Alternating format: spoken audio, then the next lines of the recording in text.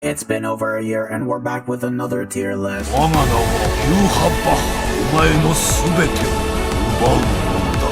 ジ・オールマイティが未来を改変する力だ。さあ、絶望してくれるが私には全て見えているぞ。お前が踏み出す一歩も、その先の希望も。ブリーチ Brave Souls. What is going on, you guys? This is your bud, the Death Smasher, and welcome back to yet another Bleach Brave Souls video. And today, we are doing another 1000-year blower tier list, and we're basically updating the one that we did years ago. And yeah, it's, believe it or not, more than a year since the last time I've updated it, and it was when 1000-year blower Daddy Ichigo and Mummy Rukia came into the game.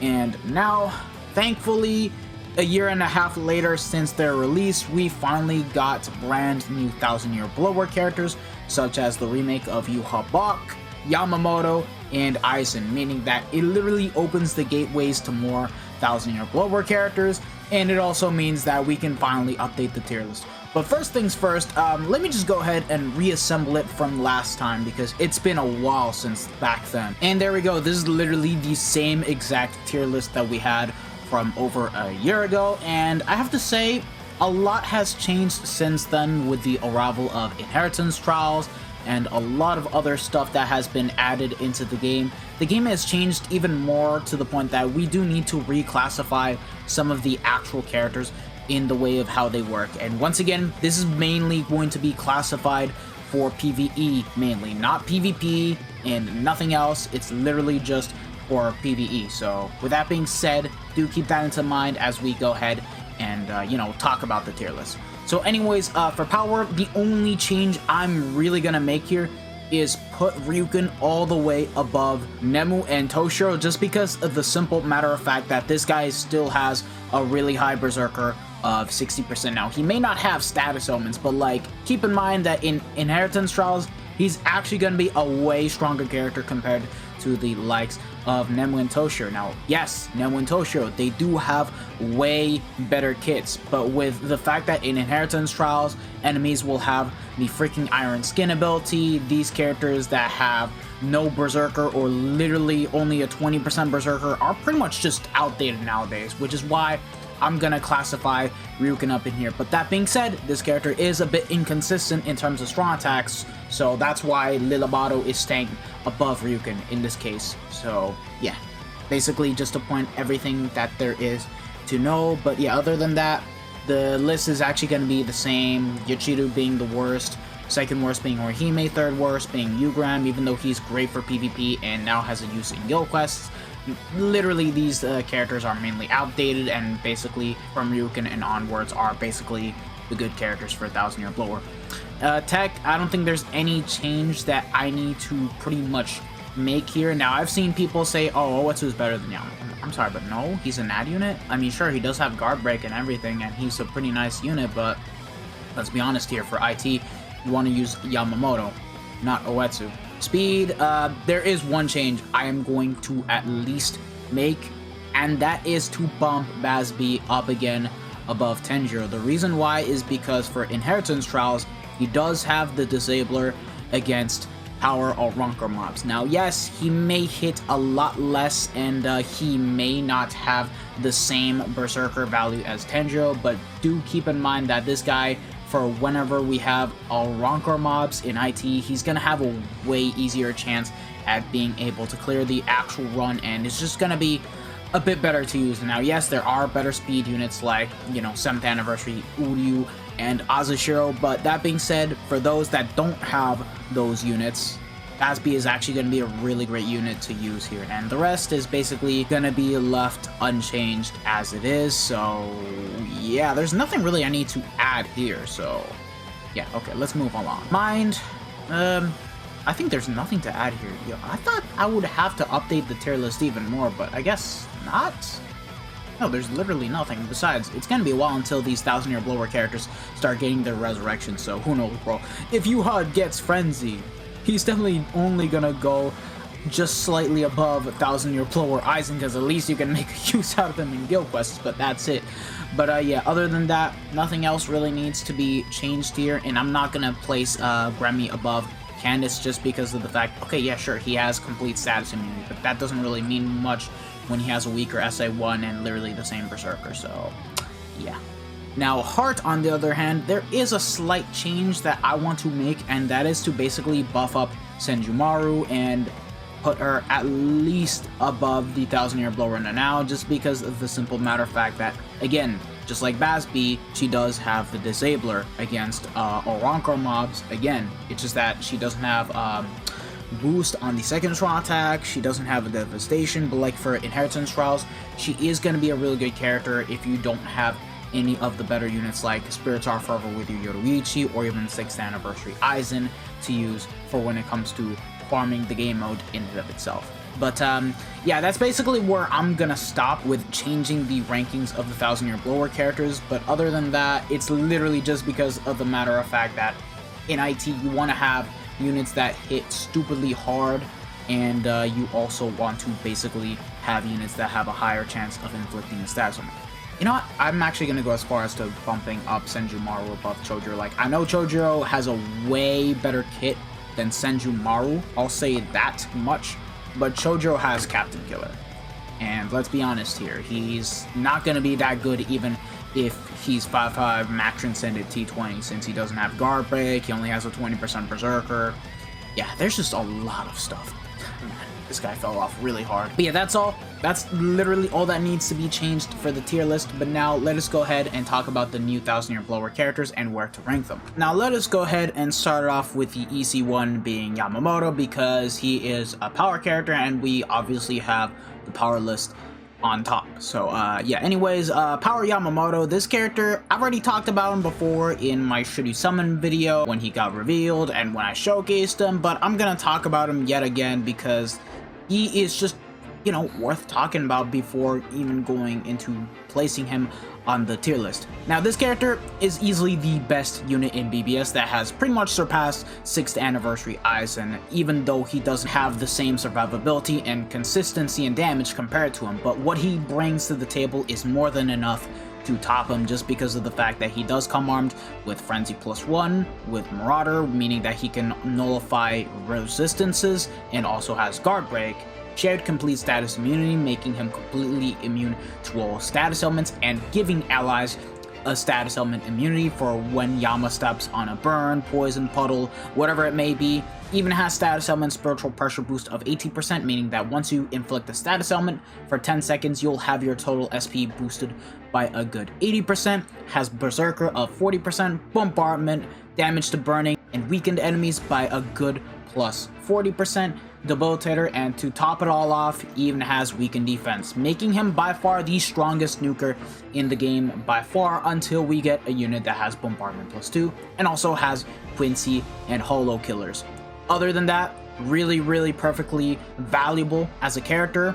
He's got weakening and burn on his entire kit, and the innate skills, he also does come armed with dodge, holo damage, havoc at 20%, and sprinter +2, making him by far the best power character in terms of the overall skills that he has. And for IT, he's just going to be perfect to use because he is going to be able to dodge whatever types of attacks the holos try to give him. And the crazy thing about this character is that he plays exactly like the 6th Anniversary Aizen, where he has a beam on first, the SA2 being the 960 into homing vortex, and then the SA3 is full screen 1200 radius. Again, same exact character as 6th Anniversary Aizen, is gonna have double killers, is gonna have a very strong soul bomb, and will be able to take down melee holo GQ, the Quincy GQ, and if you have him at 5 out of 5, you can easily get sub 1 on both the melee and ranged holo GQs as well as in Quincy GQ, making him by far the most valuable character to use.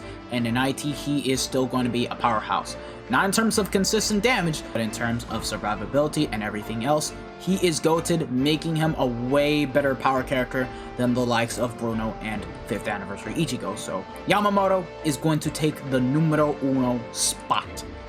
Who knows when we'll get another type of 1000 Year Blower character that will outplay Yamamoto. I think possibly never, if not a year at max. That's what I'm thinking, but other than that, who knows. But that being said, next on the list is going to be 1000 Year Blower Aizen, and this guy is literally redemption arc at its finest because they made him into a ranged NAD character and they made him surpass the likes of Spirits Are Forever With You Jushiro in terms of being the NAD King, just because he comes armed with a total of 60% Bruiser, has a Ronker Killer. He also has Debilitator with Enhancer, so he's going to be able to boost on his second strong attack and also give out shields. And speaking of shields, he also has Multi-Barrier +2, meaning that he's going to have 5 shields, and he'll also give his allies 3 shields.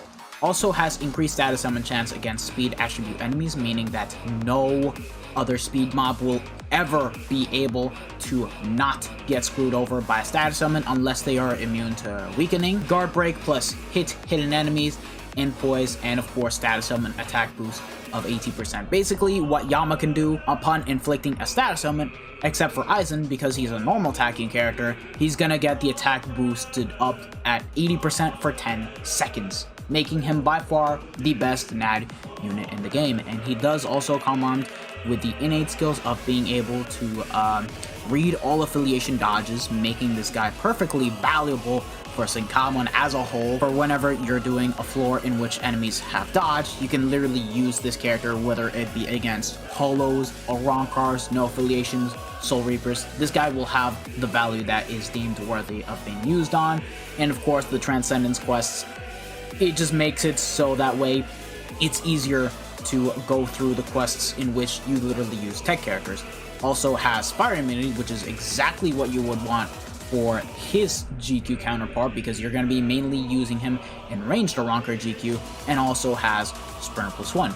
And the overall kit that he has is also crazy too, because he has a new NAD string where the first 3 strings are basically going to be the shave attack, basically being similar to Tokinada and whatever type of NAD unit that we know, even Masaki. But then the last string becomes a melee collision attack, which is basically similar to Lilibato's NAD string, making this character by far insane. And I like how they gave him a new NAD string. Now, the strong attacks don't really matter too much because, realistically speaking, you only want to use them for survivability and for inflicting a status summon. In this case, Aizen has a Shotgun Blast on the SA1, which is basically Swimsuit Apache's SA1, but without Havoc, it's 1000 by 1000. And then the SA2 is an 800 AoE in front, and then the SA3 is going to be the Suction Vortex attack, similar to the likes of 5th Anniversary Byakuya, and of course, Nozomi right here. Again, because this guy has weakening and also has the disabler against speed mobs, it just means that he is going to have a very easy chance at being able to inflict a status element on both his first and his third strong attack.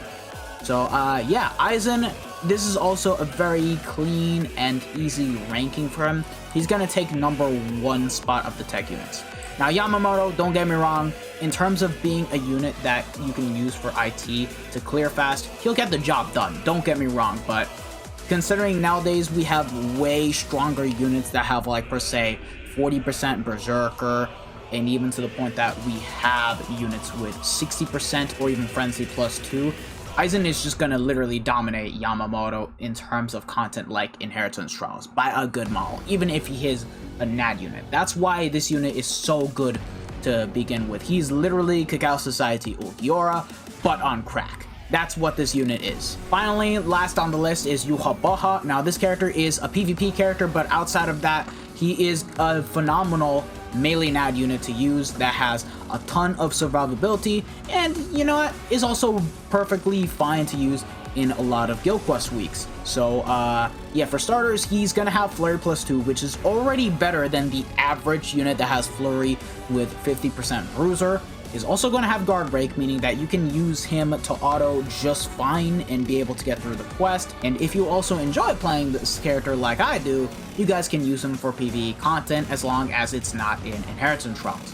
He can also ignore Brave Battle Invincibility, so he's literally going to be teaching the likes of Ugram, Tsukishima, and Yamamoto a good lesson in PvP. And also, when at half stamina, he gets an extra damage reduction of 50%. And that's not all, he also does come armed with his own PvP skills where he can prevent lasted survival upon killing his foe, and also every time an enemy or an ally is KO'd, Yhwach will gain a 20% additional normal attack damage for whenever that does happen, and it does stack, making this character a monster to be reckoned with. Although this only activates in PvP and nowhere else, which is a bit unfortunate, but they did make him into a PvP character. But anyways, outside of PvP, the PvE aspects of him is the fact of the matter that he has booster on his 6-star skills, meaning that he has the same overall boost as the likes of Lunar Nereus Rukia and the Heart Holo Shinji, making him buff the attack, defense, and focus even more than the regular 33% that we're actually used to, making this character a must-have for both the melee and ranged Captain GQs. And on top of that, if you guys want to use him for melee GQs, you guys can, just because of the matter of fact that he can paralyze and drain on his entire kit, and he also has a walking vortex on that SA2. So basically, he's literally a way better Oetsu in this case. And to make matters even better, on his innate skills, he does have Poise, Sprint +1, and Weaken Duration 100%. Now, it is unfortunate that he doesn't have Paralysis immunity just because of the fact that Captain GQs, they have Paralysis puddles. So that's basically why. But yeah, in terms of the attacks, it really doesn't matter because he is a NAD unit, but in his case, because we're talking about survivability, his SA1 is going to be an AoE in front, 625 radius. It's the same SA1 as the Beyond the Bankai Kenpachi. SA2 is going to be the Walking Vortex.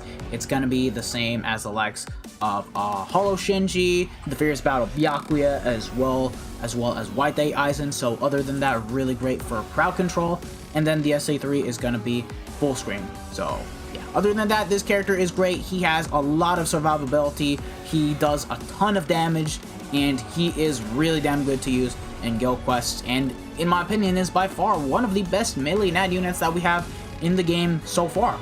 At least that's how I think. And even then, he's in direct competition with the likes of the Heart Holo Shinji. So for Heart, where am I going to rank this guy?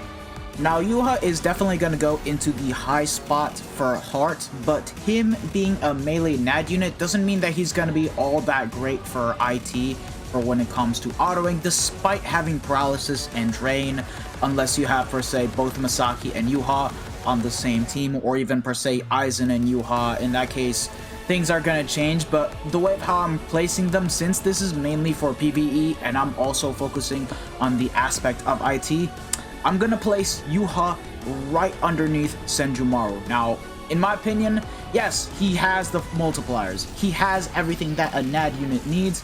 It's just that the problem is he is a melee character and not a ranged character, so melee characters run the risk of basically dying a lot more frequently, despite being able to auto content slightly faster. And I say slightly because every melee NAD unit, the thing that they always do is that they get up close to the enemy mobs and try to kill them, whereas ranged NAD units are just gonna stay in place and snipe from the distance, making it a much safer auto. So in this case for Yhwach, unfortunately, he's not the best for Heart.